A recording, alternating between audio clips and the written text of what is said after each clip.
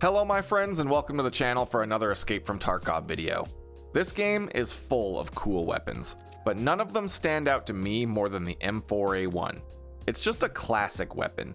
From the very beginning of Escape from Tarkov's time in the spotlight and likely all the way until the end, it is and always has been one of the very best guns that players can get their hands on. Just like everything else in Tarkov, there's been times when the M4 was better or worse, but it's always run with the best and kept up pretty successfully. Now there are several reasons the M4 is such a good choice in Tarkov. It generally has good base stats in both recoil and ergonomics. Most builds are fairly lightweight compared to some others. It has access to many different types of armor-piercing ammo, big magazines, good accuracy, and it's very versatile for both close and long-range fights. In my opinion, however, the thing that ultimately sets the M4A1 apart from the rest in Tarkov is that it's one of the only weapons in the game that simply has so many different attachments available that you can actually make multiple meta-worthy builds that all have different aesthetics. And we all should know by now that the first rule of a gunfight is that you should always look cooler than the other guy. The M4 might not be the only weapon in Tarkov that can radically change its appearance, but it is one of the only ones that can actually perform extremely well and still have great base stats without being funneled into one particular set of attachments. And that's why the M4A1 is my favorite weapon in Tarkov and likely always will be. Sure, it might not make a difference to some players, but you know, why would you be playing this glorified gunsmithing simulator if you don't enjoy the chance to make your weapon of war look a little bit more fabulous? So for this video, I want to take a dive into 3 different builds for the M4 that each give it a different look and use different parts, but end up with very similar stats, just to prove my point. Now to set this up, I want to start just by laying the foundations for these M4 builds, because all of them are going to be using at least a few of the same vital parts, so to avoid repeating myself, I'll just cover the basics here. For the gas block on all 3 of these builds, I'm using the Ballistic Advantage Low Pro gas block, which is just overall the best gas block you can use on the M4, giving lower recoil and a small ergonomics bonus. For the buffer tube, all 3 builds will be using the SI Advanced Receiver extension, once again because it's the best option for good base stats. Then for the charging handle, I'm going to be using the Avalanche charging handle for all 3 builds, which has a nice ergonomics bonus, and personally, I just think it looks the coolest.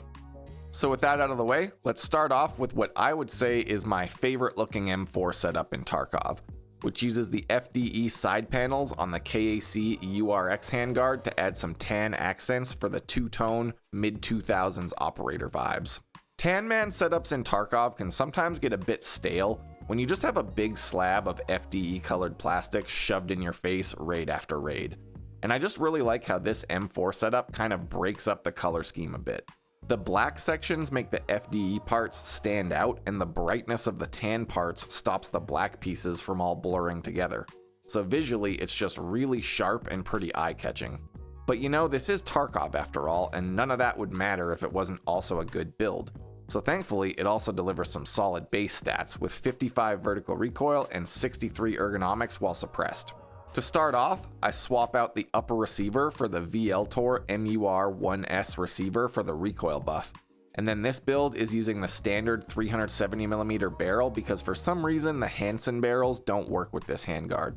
Next for the suppressor, we're running the Griffin Gate Lock Flash Hider and the M4SDK suppressor, which overall is my favorite muzzle device for 5.56 guns because of the good recoil stats and the lower ergonomics penalty. Then I add on the KAC URX 10.75-inch handguard and 2 of the FDE side panels, which add the cool accents and give +2 ergonomics for each one.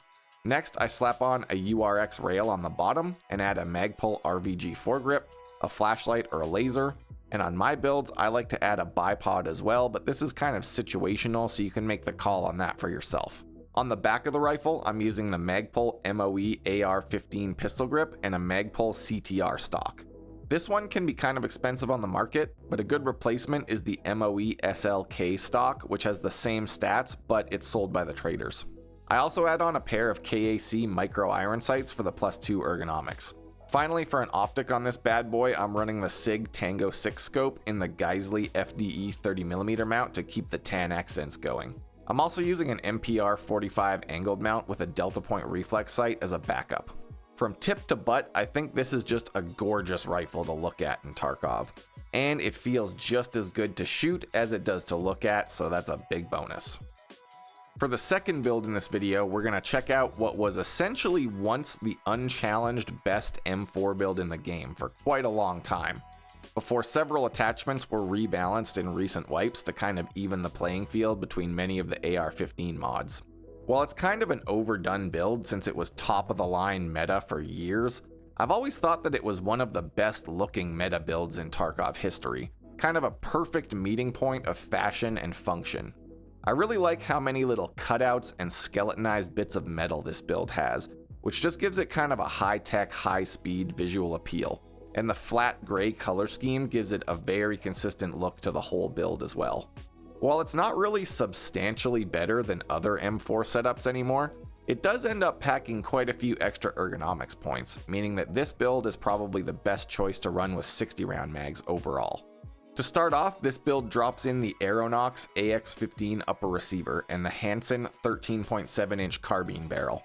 These two parts add quite a lot of ergonomics onto the build and give pretty solid recoil bonuses as well. Next, I add on the ASR 556 flash hider and the Saker 556 suppressor, which gets us a large recoil reduction and kind of color matches perfectly with the rest of the build. For the handguard, this is running the SAI 14.5-inch quad rail handguard, and then I stick on an M-LOK rail to add the SE5 Express foregrip as well as a flashlight.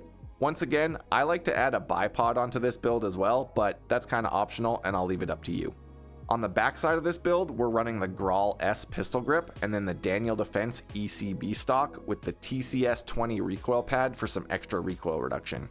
I also used a pair of Chris Defiance backup iron sights for the +2 ergonomics. Finally, for the optics setup on this build, I run it with a JP 30mm mount and a Voodoo 1:6 scope, as well as a Delta Point red dot on top of the mount. This build ends up with 55 recoil, identical to the KAC build, and about 72 ergonomics, which is a pretty nice increase, and it works great to offset the ergo penalty of a 60-round mag. Alright, now on to build number 3 for this video. We're going to take a look at the LVOA-C Spaceman M4 build, which remarkably has managed to kind of creep into the meta as of late, ending up with extremely similar stats to other best-in-slot M4 builds. The LVOA handguard has always struck me as just such a cool add-on for the M4 in Tarkov. They have this really nice blue-gray color that pretty much nothing else in Tarkov has, and the little bits of bungee cord woven through the holes in the handguard just add such a unique visual touch that once again, pretty much nothing in Tarkov has. This build is also one of the few M4 setups that can use the Hera Arms CQR foregrip, which I know some people, myself included, kind of dislike, but I have to admit that this big chunk of plastic has kind of grown on me lately. After the attachment stats were reworked, this part is kind of the best option for a more recoil-focused foregrip, and it might look kind of cursed, but you have to admit, it's also very unique. To start this build off, I slot in the Novesk Gen 3 upper receiver and the Hansen 13.7-inch carbine barrel. The Gen 3 receiver has slightly lower recoil stats than some of the others, but great ergonomics, and it's one of the most cost-effective receiver upgrades in Tarkov.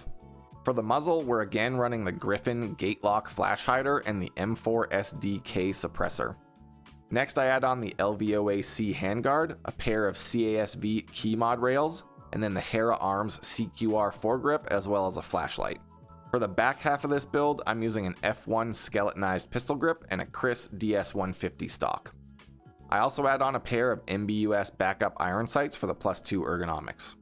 Finally, for the optic on this setup, I'm using the Leopold Hammer 4x scope with a Delta Point reflex sight mounted up top. I also used this one with a Monstrum 2x scope and an angled red dot, but I kind of found the 2x scope just didn't have enough range for what the M4 could do. When this one's all put together, it ends up with 56 recoil and about 63 ergonomics, so almost completely identical to both the KAC and SAI build, but once again, with a fairly substantial change in appearance. And there you have it, 3 different M4 builds using different handguards, stocks, grips, and receivers, all with nearly identical recoil and very comparable ergonomics. And that right there is why I think the M4 will always be my favorite meta weapon in Tarkov. It's simply one of the few weapons in the game that can be good enough to compete with the best while not always looking exactly like the rest. Sometimes the change in appearance is just enough variety to make you forget that you're using the same gun, and that's a huge bonus in my opinion. What do you think? Does stuff like this even matter to you, or are you just going to put the best in slot parts on every time and call it a day?